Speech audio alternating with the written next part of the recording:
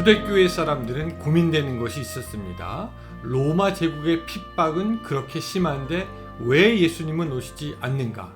그러면서 믿음을 저버리는 사람들도 생기기 시작했습니다.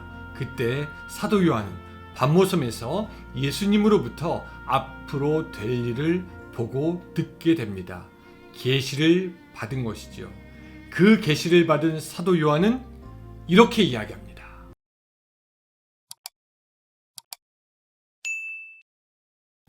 저는 이병현 목사이고 미국 LA 밸리에서 믿는 사람이라면 적어도 성경을 하루에 한 장 읽고 묵상하고 30분 기도하자고 외치는 자의 소리입니다. 오늘은 계시록 1장 4절부터 8절까지 읽고 153 경건의 시간 시작하겠습니다.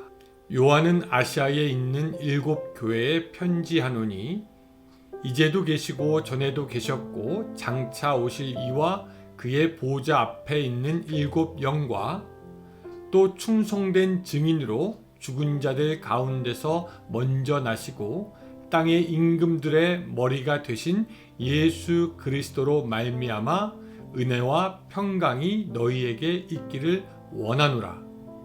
우리를 사랑하사 그의 피로 우리 죄에서 우리를 해방하시고 그의 아버지 하나님을 위하여 우리를 나라와 제사장으로 삼으신 그에게 영광과 능력이 세세토록 있기를 원하노라.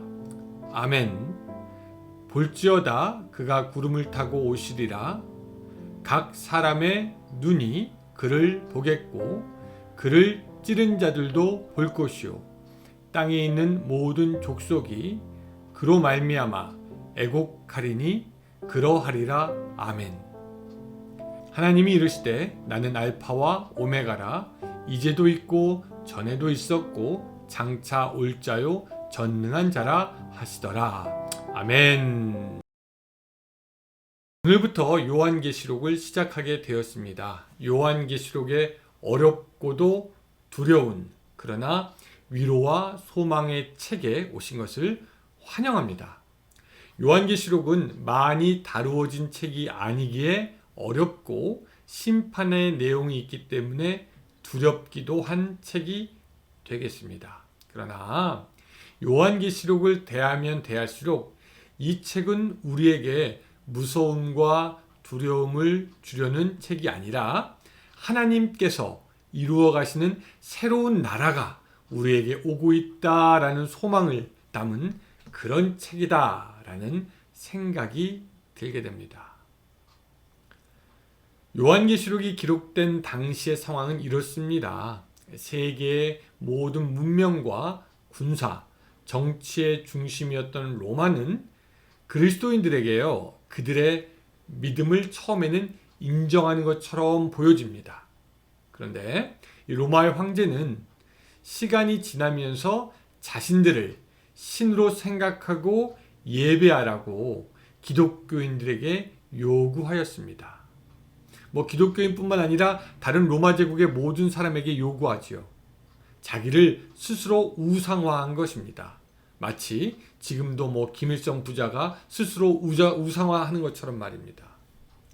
로마의 도미티아누스라는 황제는요, 자기 스스로 모든 인류의 유일한 신이라고 그렇게 생각하고 또 그렇게 생각하라고 사람들에게 주장하였습니다. 그런 가운데 로마 황제를 신이라고 인정하지 않는 이 기독교인들은요, 로마 사람들에 의해서 잔인하게 박해와 또 핍박을 받게 됩니다. 그래서 기독교인들은 그때 순교당합니다. 재산을 몰수당합니다. 쫓겨다닙니다. 피해 다닙니다. 미움을 받는 공공의 적이 됩니다. 그런 시간을 지내면서 그리스도인들 가운데서는 한 가지 의문이 생겼습니다.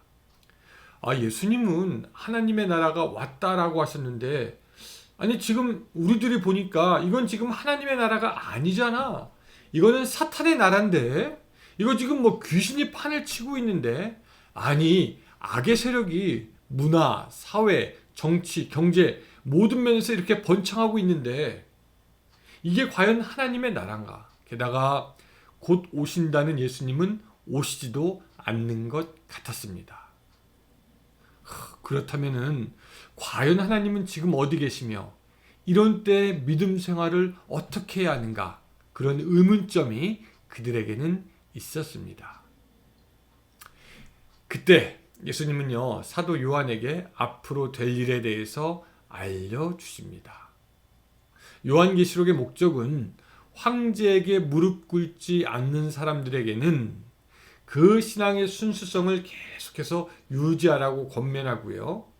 또 현실과 타협한 사람들에게는 깨어나라고 촉구하는 것이 그 목적입니다. 또 경고를 끝까지 듣지 않는 자들에게는 심판이 있을 것을 알려주는 것입니다. 오늘 1장에서 우리가 특별히 생각해 보아야 하는 것은 이제 뭐냐면은 주님께서 오신다고 말씀하신 부분입니다. 주님은 오십니다.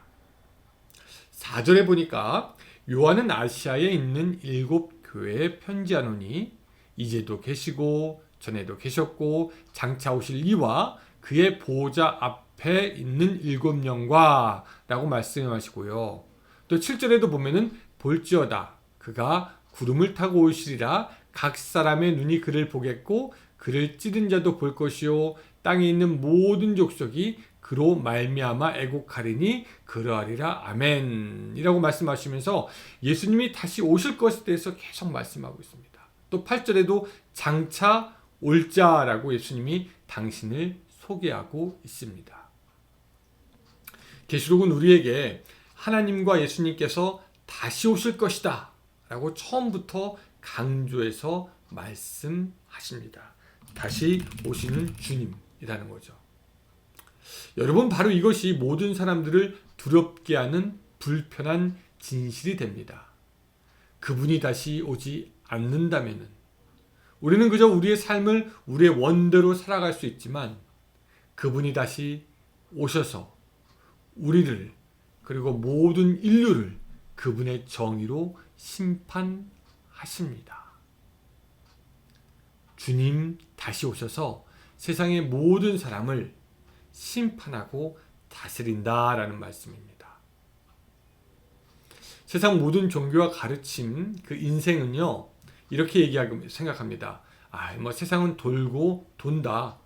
윤회론이죠. 순환적 세계관을 주장합니다. 끝이 없습니다. 한 번 죽어도 다음 생에 또 어떻게 태어나고 또 좋은 일 하면 또 좋게 태어나고 계속해서 돈다라고 생각합니다. 또 그렇지 않으면 과학은 아예 죽음이 있은 그 후에는 모든 것이 다 끝난다고만 주장합니다. 그런데 오늘 성경 이 계시록은요 전혀 다른 것을 우리에게 가르쳐 주는데 그 마지막 때가 분명히 있고 근데 그게 끝이 아니라 예수님은 오셔서 새로운 나라를 이루신다라고 말씀하십니다. 새로운 나라를 이루시는 예수님. 예수님은 사역을 처음 시작하시면서 외치신 말씀이 있습니다. 회개하라 하나님의 나라가 가까이 왔다. 예수님께서 이 땅에 오셔서 메시아 사역을 시작하심으로 하나님의 나라는 이미 시작이 되었습니다.